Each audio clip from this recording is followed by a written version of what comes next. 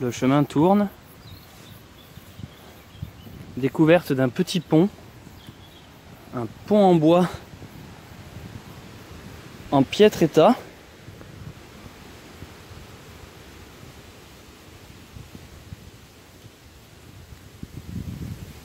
J'adore.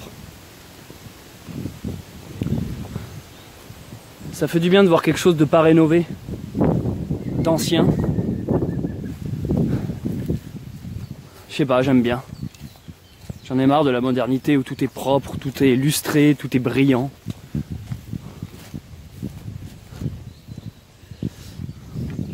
Là c'est cool, le chemin là depuis tout à l'heure c'est dans des champs, il n'y a personne, il n'y a personne.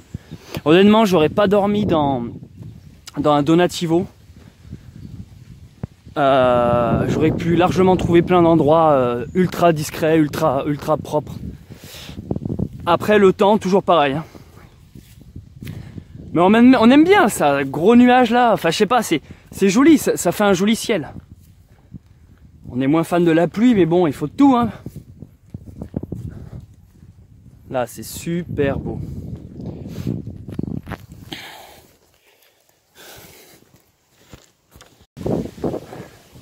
Dans la dernière ville que je viens de passer, il y avait un centre commercial, un énorme Leclerc. J'y suis allé, hein. Je suis allé m'acheter des graines.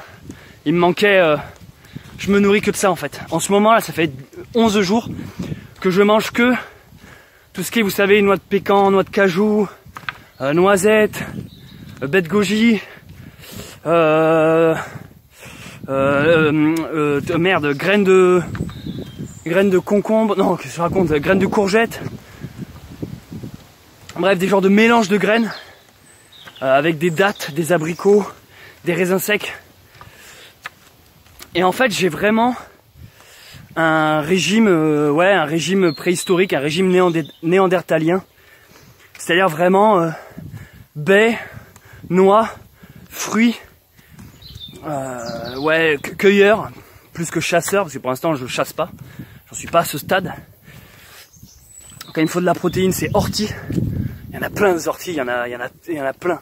En fait, quand tu sais maintenant que les orties se mangent, quand je passe à côté et que je les ramasse pas, ça me fait un sentiment de gâchis. Je me dis putain, je perds de la bouffe. Mais au final, je sais que j'en trouverai partout où je suis, il y en a de l'ortie. C'est bon les orties. Très très bon. L'autre jour, je me suis fait un sandwich aux orties. J'ai fait bouillir les orties. Et après, regardez, tiens, en parlant des orties, regardez la taille qu'ils ont. Là. Il est plus grand que moi. Plus grand que moi le truc. Et pourtant, je suis grand. Ah, au fait, oui, il y a pas mal de gens, quand ils me voient en vrai, ils me disent, en fait, t'es pas petit. Genre, apparemment, dans mes vidéos, je fais petit. J'ignorais ça. Je suis grand, moi, les gars. Je fais 1m80. Voilà. C'était juste pour préciser ça, parce que, apparemment, quand les gens me voient en vrai, ils me disent, je t'imaginais plus petit. Bon. Non. Ça me fait penser au sketch des inconnus, genre. La roue de la fortune, je sais pas quoi. Je vous imaginais plus petit. Oui, tu sais, le présentateur est gêné. Après, l'autre, il dit, c'est marrant, vous faites plus petit qu'à la télé. Tu sens que c'est un abo, et à la télé ils essaient de le grandir, mais que dans la réalité, et ça me fait rire quand t'as juste le bof moyen qui vient genre, vous êtes plus petit qu'à la télé. Cette blague me fait rire, moi. Bref. Putain, c'est sauvage là où je passe. Là, mais c'est, putain, ça c'est ce que j'aime sur le chemin. Vraiment, belle balade là.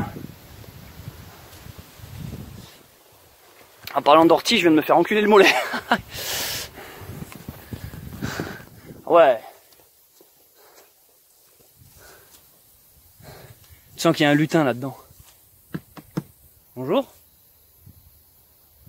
Je m'appelle Gus DX. Donc je viens de passer dans un Leclerc. Et ce qui est marrant, c'est que maintenant, honnêtement, je suis comme tout le monde. Quand tu passes dans un magasin Leclerc, t'es tenté par des trucs auxquels tu ne penses pas. Tu rentres dans le magasin et t'essaies de regarder et tu te dis non, il faut juste que j'aille acheter des Babybel. Moi j'avais fait objectif Babybel. En temps normal, j'aime pas le Babybel. Mais c'est juste qu'en rando c'est pratique. Parce que c'est pas le genre de fromage qui coule à cause de la chaleur. Tu peux bouffer ta petite portion, tu vois, tu l'enlèves de sa croûte rouge là. Babybel c'est bien pratique. Et là je m'étais dit, objectif Babybel.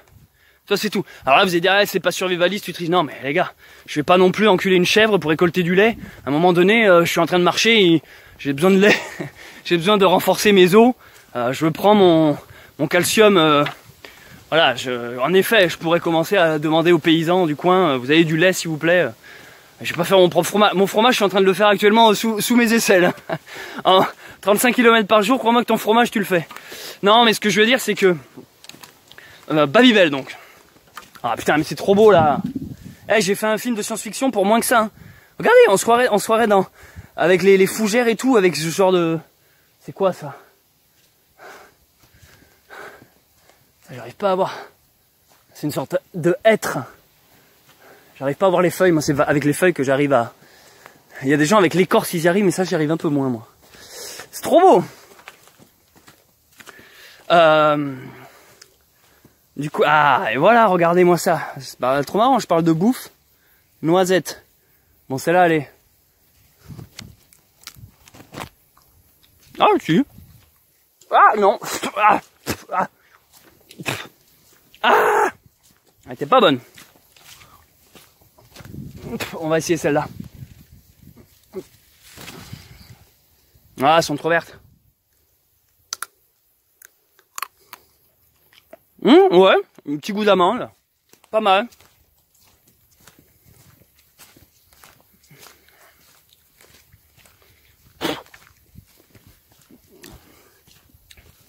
C'est un peu amer, mais bon, ça va.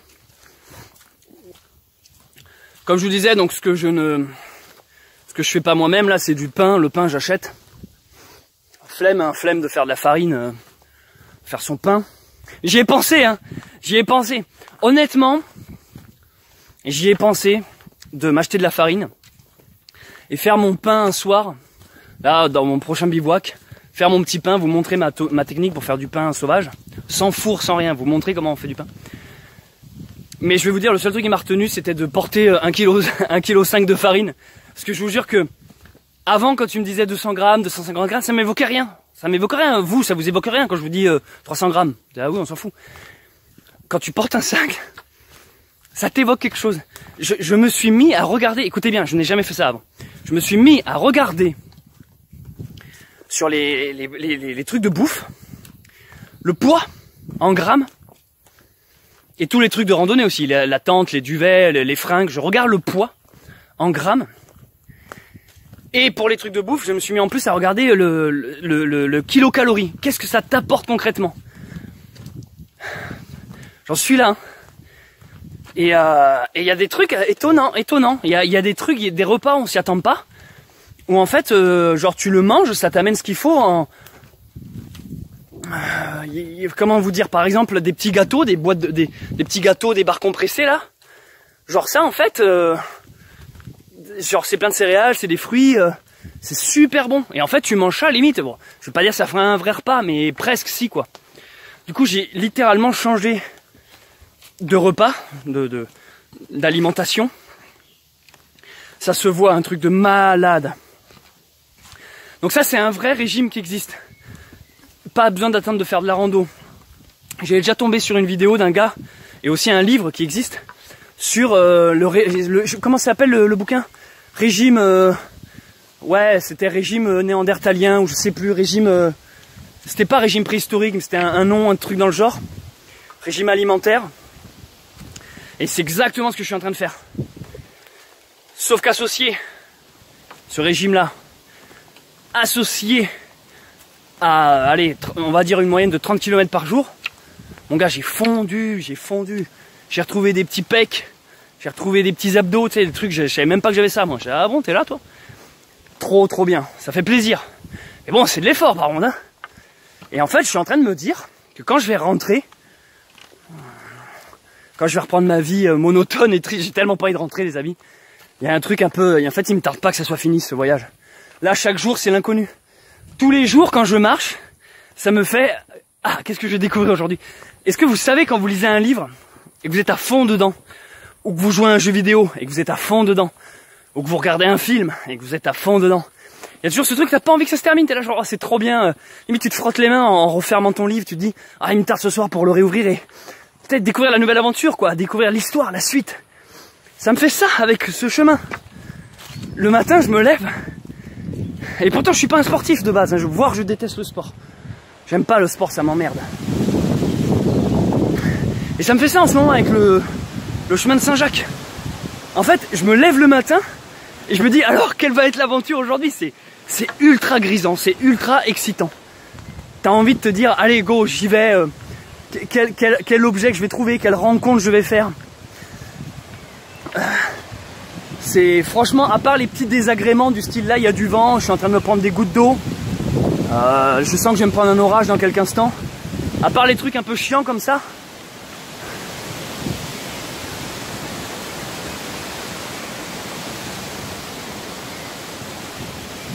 Les Nazgûl!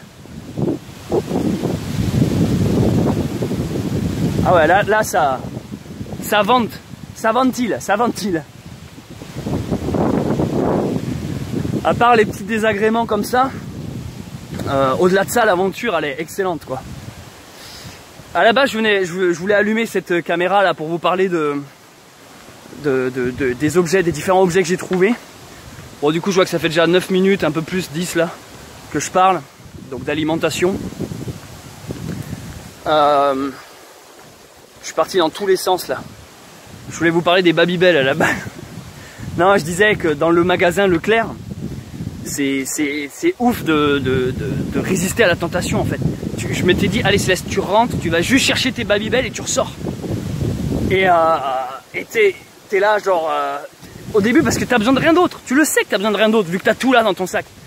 Mais tu vas toujours passer devant le rayon où d'un coup tu vas te dire, ah ouais, ça c'est pas con. Ils arrivent à créer le besoin. T'es là genre, ah ouais, j'y avais pas pensé. Et du coup, tu ressors avec des objets que tu voulais pas acheter de base.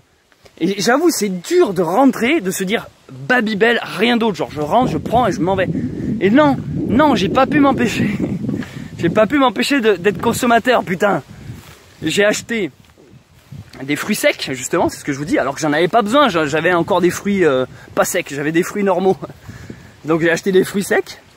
J'ai acheté un câble USB, putain, le fou, quoi. Il veut des Babybel, il ressort avec un câble USB. Non, mais c'est parce que, en fait, ce qui me sert de recharger mon portable, là, mon câble, mon gars, je sais pas si c'est passé, on dirait qu'il a été rongé par une souris, ou je pense que c'est mon chat Niaou qui a commencé à l'achever. Et là, de le plier dans tous les sens, il est en train de déguster. Donc en fait, depuis quelques jours, j'ai remarqué que quand je recharge mon truc, il y a une sorte de faux contact. Et je sentais que c'était qu'une histoire de jours avant qu'il me recharge plus rien. Donc j'ai racheté un câble USB, mais à la base, je voulais pas. Et ce que je voulais dire, c'est qu'à la base, je suis rentré pour acheter une perche à selfie.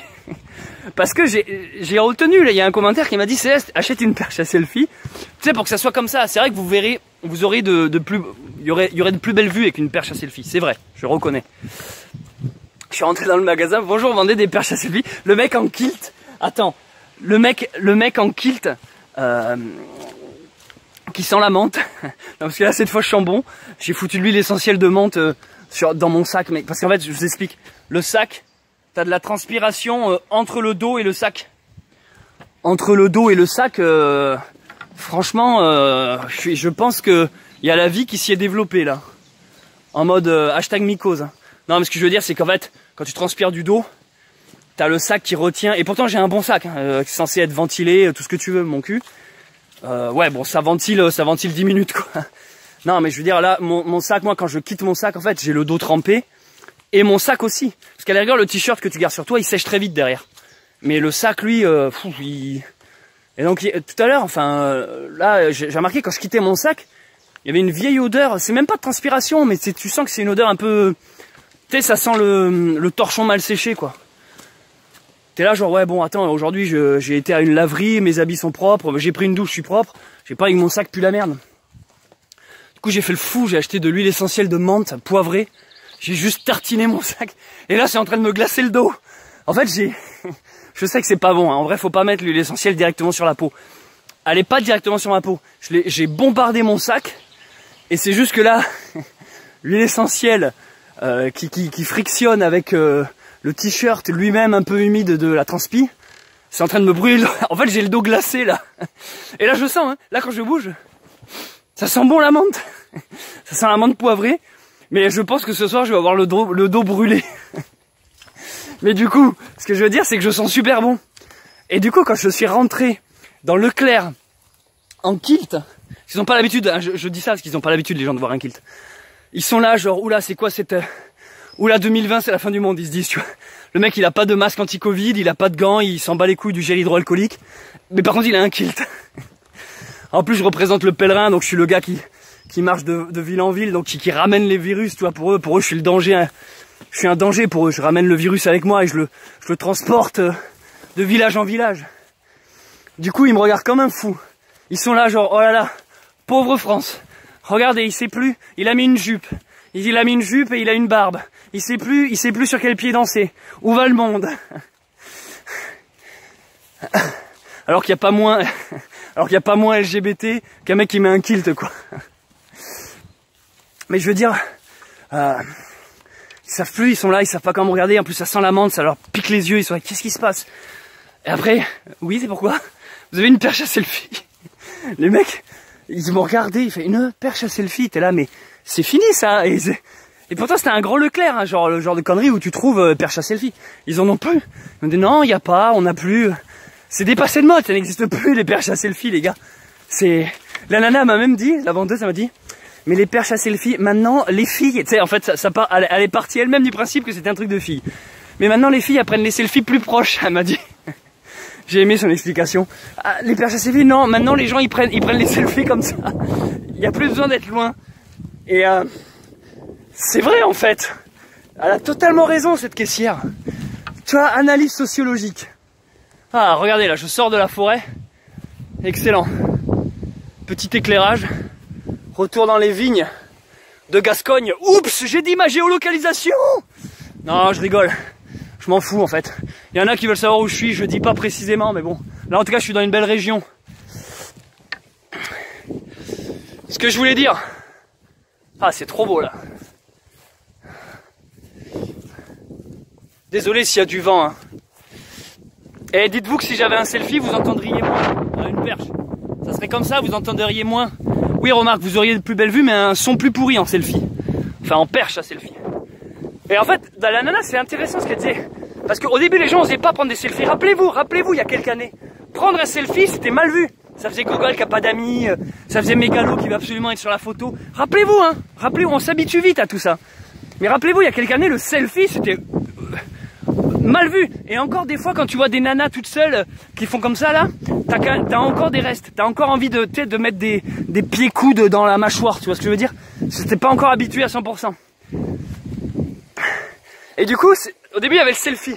Après c'est vrai qu'il y a eu le selfie de loin. Maintenant on est dans le selfie proche. C'est quoi la prochaine étape? C'est directement le selfie dans la chatte quoi. Allez hop. Bon, je suis remonté sur un plateau. J'étais dans un creux de crique, un creux de vallée. Allez, on reprend la route. Ah là le petit vent frais plus le gel de menthe poivrée. Enfin, l'huile essentielle de menthe poivrée. J'ai des glaçons dans le dos les gens. Ah la mauvaise idée. J'ai aussi mis de l'huile essentielle dans les godasses. Parce que il y a trop de vent là, ça va être. Ah c'est à devoir couper la vidéo. Bref. Sortez couvert. Je sais pas pourquoi il dit ça. Oui, donc tout ça pour dire que je mange bien. Mon régime est génial, j'ai perdu du poids et je suis content. J'ai retrouvé un corps, on va dire un peu plus sportif, un peu plus svelte. C'est bien, je suis content. Je m'aperçois qu'on mange beaucoup trop gras le reste du temps. Des plats surcuisinés à base d'huile, de sel, de poivre. Quand je vois que je tiens le coup avec juste des fruits et des graines, c'est parfait. Je suis pas en train de vous dire go vegan ou go poussin à manger que des graines. Je suis en train de vous dire que en fait on s'en rend pas compte mais on a une suralimentation dans le reste de l'année. Tout le temps. Même dans des plats bien préparés. Hein. Je veux dire même quand tu te fais un truc sain ou healthy, quand tu te fais lentilles saucisses, tu vois, c'est déjà trop huileux, trop gras. Au final là moi ça fait presque 2 semaines que je me nourris que de trucs secs. C'est génial quoi. Et je me sens en forme, plein d'énergie, un truc de malade. Parce que forcément, je mange moins de... Je m'enquille pas, par exemple, un gros morceau de steak, tu vois. Donc ça me tombe pas sur le bide et ça me ma digestion ne me pompe pas mon énergie qui me donne envie de faire des siestes. Non. Quand par exemple je bouffe pas un gros bout de fromage, j'en ai envie, j'aimerais enculer un putain de fromage là. J'adore le fromage avec du pain et du vin rouge, bordel. J'adore ça. Mais quand tu bouffes un clacos, après t'es là, t'es gras, tu transpires le gras, t'en peux plus, tu te sens, tu coules dans l'eau quoi, t'es là genre, ah laissez-moi crever.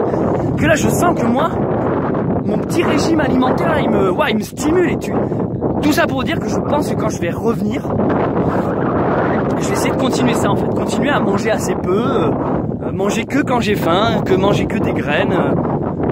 Voilà, je sais pas combien de temps je tiendrai, ça se trouve je vais arriver, je vais juste bouffer la bonne bouffe de mon pays natal, bien grasse. Mais voilà quoi. De toute façon les amis, c'est pas une histoire de bouffe, c'est une histoire de sport. Enfin, c'est normal à un moment donné que je fonde avec 35 bandes par jour quoi. Mais renseignez-vous sur ce régime là. En fait vous savez c'est une image, imaginez un triangle, je suis désolé pour le vent, imaginez un triangle, et ce triangle est coupé en 5 parties, et donc à la base en bas c'est ce qu'on mange le plus, donc ça va être toutes les viandes, les poissons, les trucs gras, le carré de dessus c'est ce qu'on mange un peu moins, le carré encore dessus, et en fait quand tu arrives au sommet du triangle c'est ce que les gens mangent plus du tout, et c'est tout ce qui est justement fruits secs, et en fait le principe de ce régime c'est de renverser ce triangle, qu'en fait on doit bouffer beaucoup plus de ce qu'on mangeait le moins, donc c'est-à-dire justement fruits secs, tout ce qui est cueillette, et manger beaucoup moins tout ce qui est en fait ce qu'on mange maintenant usuellement quoi. De la viande, les plats de résistance qu'on appelle, ça doit être occasionnel, ça veut pas dire qu'il faut arrêter, c'est-à-dire moi aussi, si j'ai envie demain je peux bouffer un steak frit, tu vois, je peux, mais parce que en fait ça reste occasionnel. J'essaierai de vous retrouver, enfin, un modo là, s'il voit de quoi je parle, ce fameux triangle qui montre les choses qu'il faut manger en priorité, tout ça. Foutez ça en description, dans les commentaires. Voilà, j'espère que j'ai pris le bon chemin par contre. C'est toujours la même blague en fin de vidéo, que le mec il est perdu là, parce qu'en fait je parle beaucoup et c'est vrai que je regarde plus la route. Allez, ciao ciao.